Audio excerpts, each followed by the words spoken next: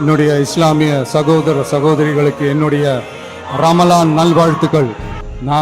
நாங்கள் எப்பவுமே மதச்சார்பற்ற கொள்கைன்றதுல அந்த ஸ்டாண்ட்லேயோ மதச்சார்பற்ற சமூக நீதின்ற அந்த நிலைப்பாட்டிலையோ எப்பவுமே சமரசம் வச்சுக்கவே மாட்டோம். நம்மளுடைய தலைமையில தான் ஆட்சி அப்படின்றதுல எப்பவுமே உறுதியா இருக்கிறோம்.